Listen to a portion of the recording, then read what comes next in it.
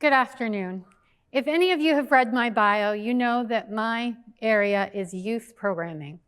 I struggled a lot with putting together this speech for an adult audience, so I decided not to. Hi kids, we're going to talk today. My name is Cassandra, and I was born with a facial deformity. Now, this is not usually how I introduce myself. It's not that I'm shy or sensitive, it's just that I don't want my difference to define me. Sometimes it'll take years before I sit down and talk to a friend about my face. I've never been one for hiding. I always loved to pose for pictures. My mom says that I would sing when I opened the refrigerator door. It was a spotlight. I've never been shy about my face, but I know that I'm different. This doesn't make me uncomfortable, but I do find that it's helpful for me to show other people how it makes me feel. So today, we're going to talk about choosing to be awesome. At me, they just do. This is the reality that I have to deal with. Well, not just deal with. I make a choice on how I respond. When I was about 8 years old, I realized that people were going to stare at me. I might as well be entertaining. So I might do a little dance. That's the sprinkler, y'all. I might make a funny face, or I might mime that I'm stuck in a box. Then people remember my fly dance moves, or how funny I am, instead of my facial difference. Then I know I was able to choose awesome. This is taking a look at the reality around you and deciding how you are going to approach it. People stared at me a lot more when I was younger. Now, I don't know if that's because people assume children should look a certain way and adults are allowed to have variety, or if my surgeries have made me look more normal, or if the world has become a better place. Either way, this reality is what I face, and this is the reality I choose to face with awesome. I am not immune to staring at other people.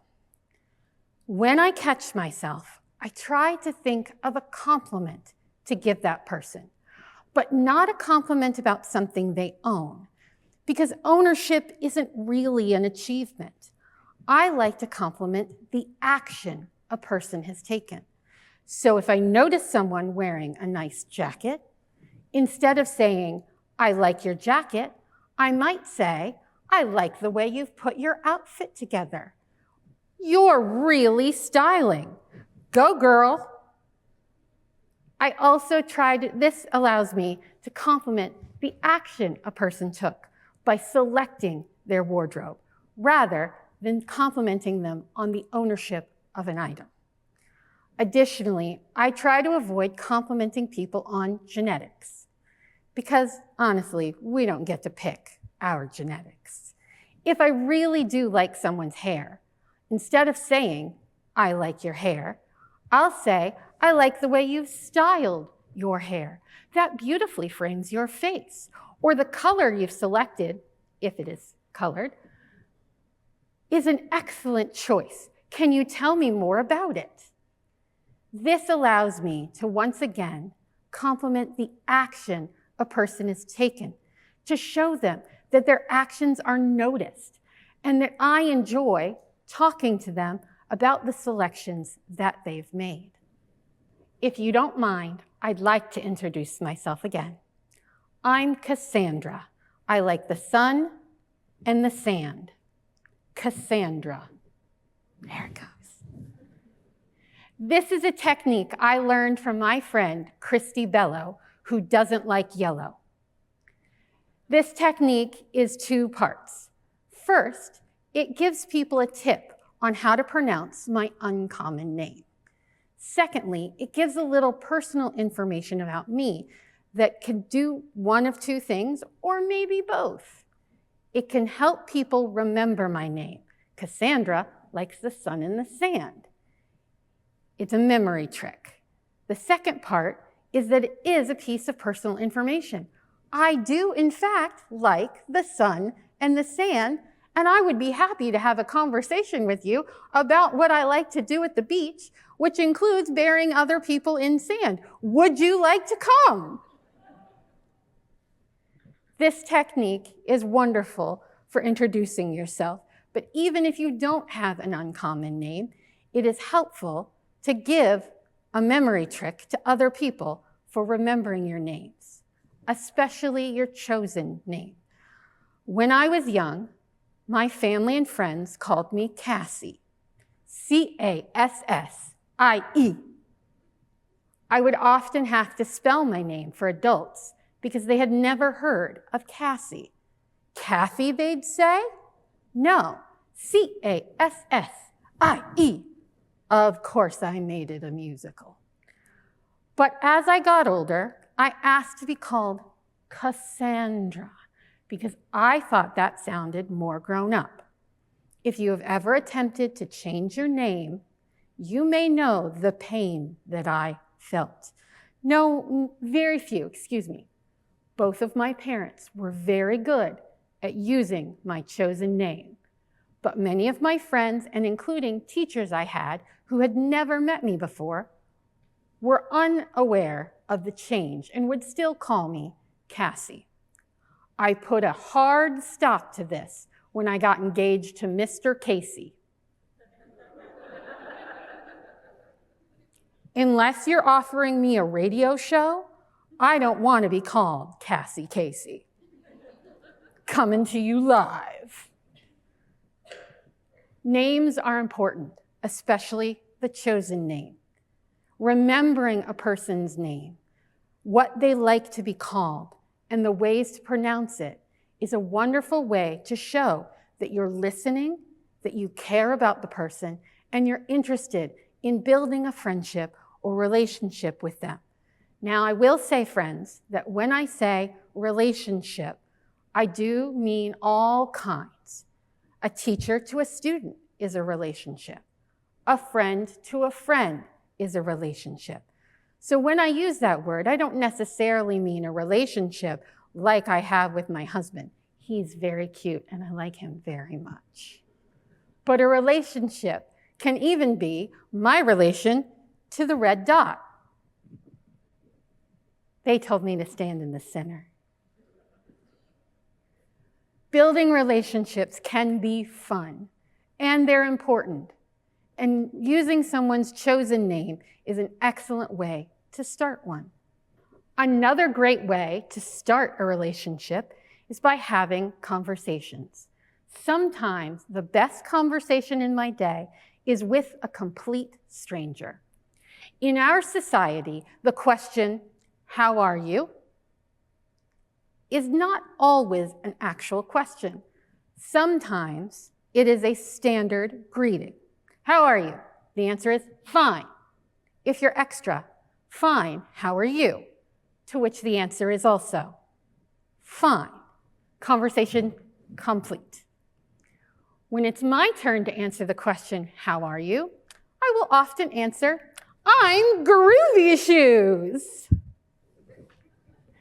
This does sometimes solicit a laugh or a strange look, or sometimes people back away a little bit. But sometimes it creates a conversation. Groovy, that's a word I haven't heard recently. Shoes, what about your shoes? I have extremely small feet, and I'd be happy to give a different talk about why I think that is and how wonderful it is to buy children's shoes. But I digress. Groovy shoes is my answer. Sometimes, because I'm not always groovy shoes. And when I'm not, I say that too. How are you? I'm actually having a little bit of a rough day. But you know, I think maybe we'll have tacos for dinner. Choosing awesome doesn't mean you have to be happy all the time. It means choosing how you're going to respond to the world around you and the reality that you've set yourself in.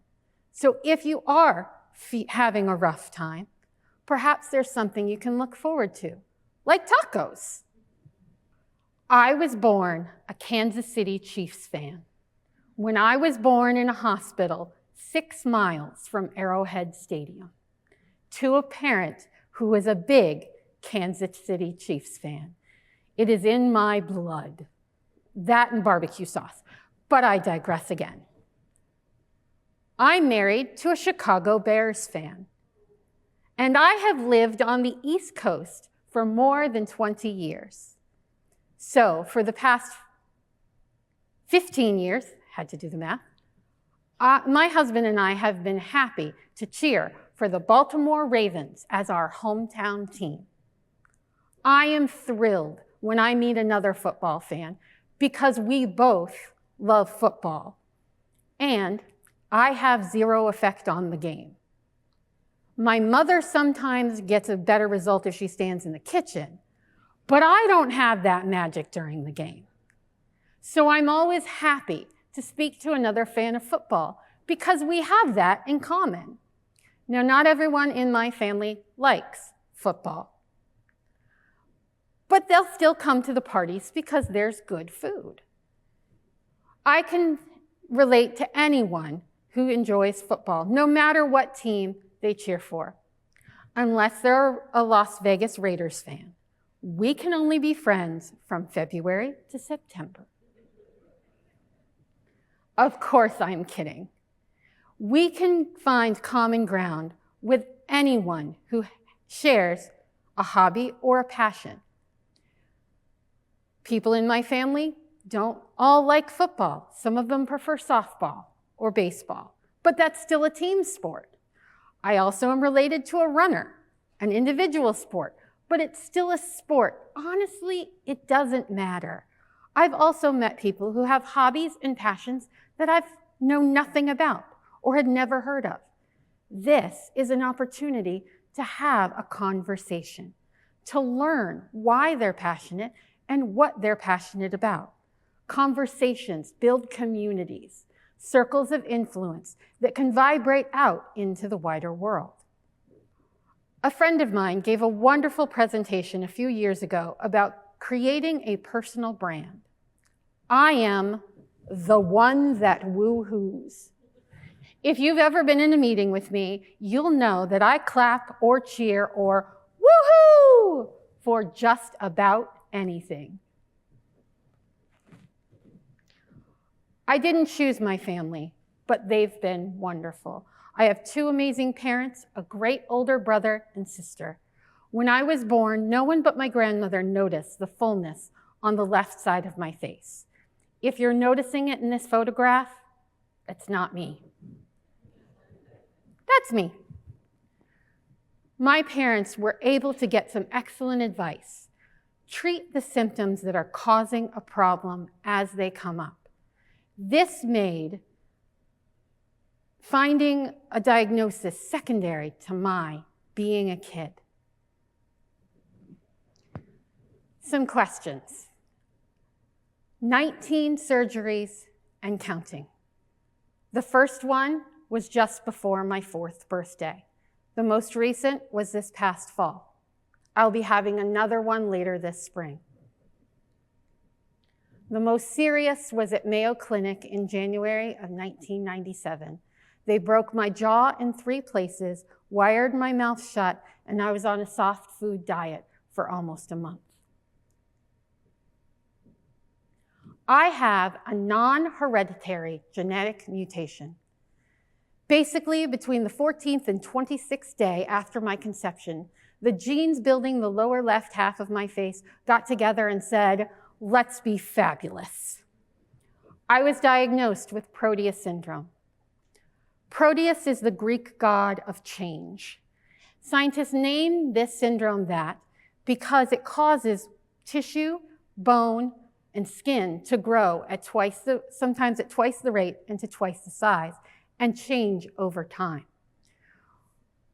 When I was at Mayo Clinic, I found that I was the only case they knew of such a localized part of the body. So I decided I should name my own syndrome.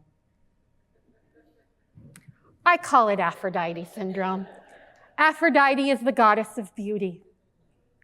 To quote Rick Riordan's Lost Hero, Aphrodite is about love and beauty, being loving, spreading beauty, good times, good friends, good deeds.